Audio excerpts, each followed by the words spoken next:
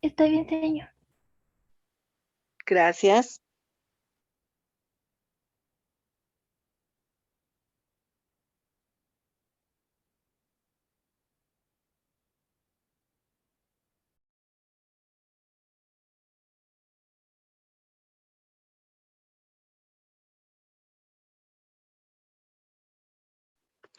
Tenemos entonces, habíamos hablado de aquellas enfermedades de transmisión alimentaria. Dentro de ellas dijimos cómo podíamos encontrar las físicas, químicas, en forma que se pueda transportar un virus, ¿verdad? Entre los mismos alimentos. También tenemos, dice, algunas que son representativas y está, por ejemplo, lo que es, dice, Escherichia coli. Es una bacteria que se encuentra normalmente en el intestino de los seres humanos y mamíferos. En este caso, esta enfermedad, bueno, no es una enfermedad, perdón, esta bacteria, al igual que otras, pues van a habitar en nuestro organismo o habitan en otros organismos. Recordemos que todo parásito pues vive a través de un organismo vivo. Y al igual que las bacterias, pues nosotros vamos a mantenerlas siempre. La única situación es que nosotros vamos a desequilibrar ese estado de producción de algunas bacterias cuando nosotros comemos algunos alimentos contaminados. Entonces, esta ETA corresponde a lo que es coli, dice, es parte de la flora intestinal de los individuos. Sin embargo, ciertas cepas producen enfermedad cuando se introduce en los alimentos. Entonces, era lo que yo decía al inicio, ¿verdad? Vamos a estabilizar el organismo cuando vamos a ingerir algún alimento que esté contaminado y entonces viene a reproducir esta situación. Que ya existen en nosotros, sí ya existen en nosotros. Que ya existe, por ejemplo, en el intestino de un animal, sí ya existe. Pero cuando esto viene a generar una descompensación, ahí es donde nosotros encontramos este problema como tal. Dice, se produce la inflamación de lo que es la mucosa del intestino, dando lugar a la deshidratación grave, causando infecciones extraintestinales o intestinales, presentando síndromes clínicos como infecciones del tracto urinario, bacteriemia, meningitis y enfermedades diarreicas que pueden ir desde algo leve a empeorar y llegar a algo grave con las evacuaciones sanguinolentas. Bueno, lejos de prestarle tanta atención, por ejemplo, a los síntomas y todo esto que presenta, la atención que nosotros debemos de mantener siempre, siempre es la manipulación de los alimentos que nosotros vamos a tener. En este caso, siempre les he dicho que no solamente nosotros como los que vamos a ser los manipuladores, sino la forma en que nosotros vamos a desinfectar los alimentos y cómo en un momento determinado cada utensilio que nosotros empleemos esté también desinfectado. Dice responsable del 90% de lo que son las diarreas infantiles y la denominada diarrea del viajero. Cuando usted ha escuchado que dice, es que miren, viajé a no sé dónde y me comí tal situación. Como nuestro organismo está habituado y adecuado a ciertos alimentos mientras estamos en una estadía dentro de nuestro entorno, pues no hay ningún problema. Pero regularmente cuando una persona viaja, siempre, siempre va a ir a encontrar un contaminante. Ahora bien, esto es en relación, les vuelvo a repetir, a la misma situación que les decía. Nosotros estamos habituados a nuestro contexto, a nuestros alimentos, a cómo preparamos los alimentos, pero en un momento por necesidad tenemos que comer fuera y eso viene a generar una desestabilidad. ¿Por qué? Porque recuerde que usted ya posee estas bacterias, entonces están tranquilas, están pasivas, pero cuando usted viene y consume algún alimento contaminado, pues viene a reactivar estas bacterias como tal.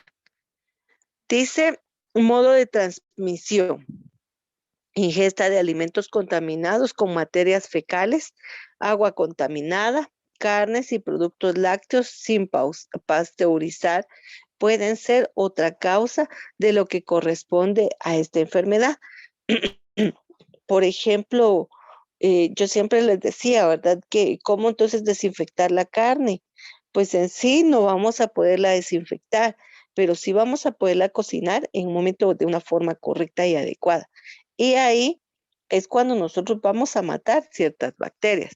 También vimos, ¿verdad? Que por enfriamiento o por calentamiento nosotros tenemos que desarrollar cierta temperatura establecida. Dijimos que era del 65% en adelante de cómo nosotros íbamos a matar estas bacterias. Dice medidas preventivas, lavarse las manos al salir del baño y preparar alimentos, cocinar bien las carnes y tomar productos lácteos pasteurizados.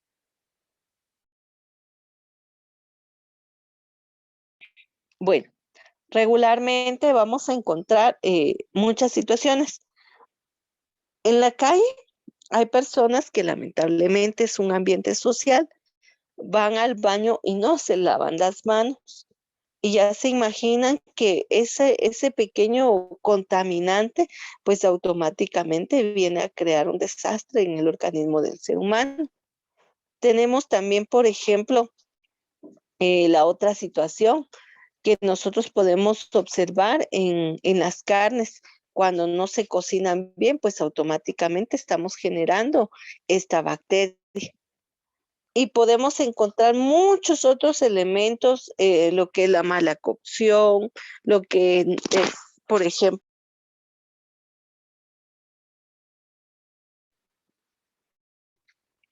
no desinfectamos algunos alimentos. Y cuando no los desinfectamos, hay que tener mucho cuidado. Por ejemplo, nosotros no sabemos con qué ambiente un polvo, un residuo, una partícula estuvo en contacto el alimento. Y entonces ahí es donde nosotros encontramos esta transmisión. Y para poderla eliminar, pues nos da medidas preventivas. La salmonela, producida por varios serotipos de salmonela, tiene como fuente las heces de las personas y los animales infectados. Las cepas de la salmonela usualmente causan infección intestinal, presentándose con diarrea y comienzo repentino, fiebre, dolor abdominal, escalofrío, náusea y vómito, falta de apetito. Su periodo de incubación es de 6 a 72 horas. Cuando nosotros hablamos que permanece prácticamente en el intestino del animal infectado, recuerden y les decía que uno de los principales productos que tiene esta bacteria es el pollo, porque recuerden que cuando los pollos son destazados, pues no tienen una desinfección como tal, ¿verdad? Sino se matan, se destazan, se extraen de los pollos como tal, ¿verdad? Todos sus órganos y en algún momento tiene contacto pues con la parte, ¿verdad? Del intestino.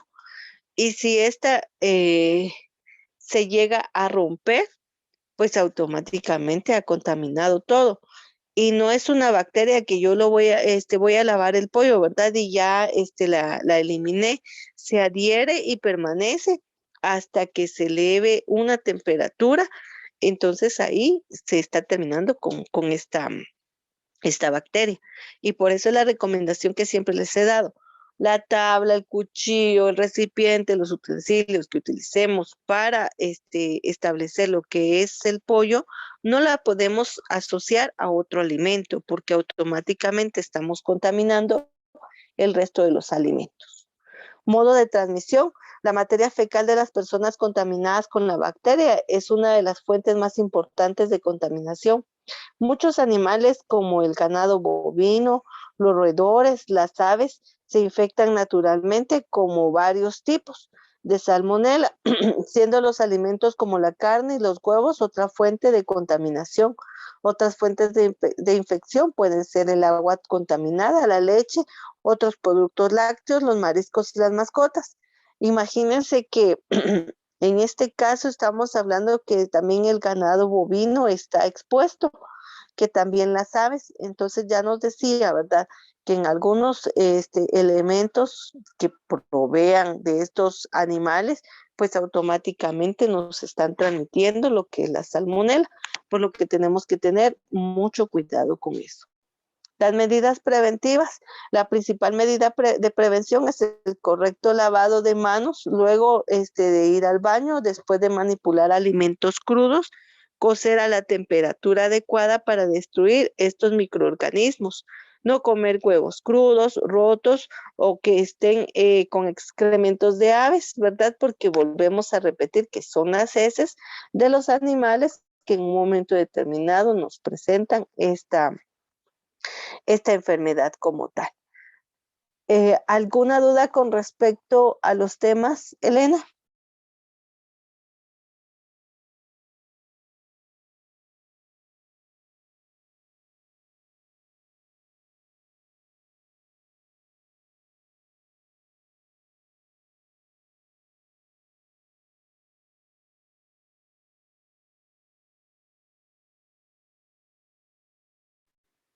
Muy bien, vamos a dejar nuestro tema hasta aquí, por favor, y pueden comenzar a desarrollar lo que es su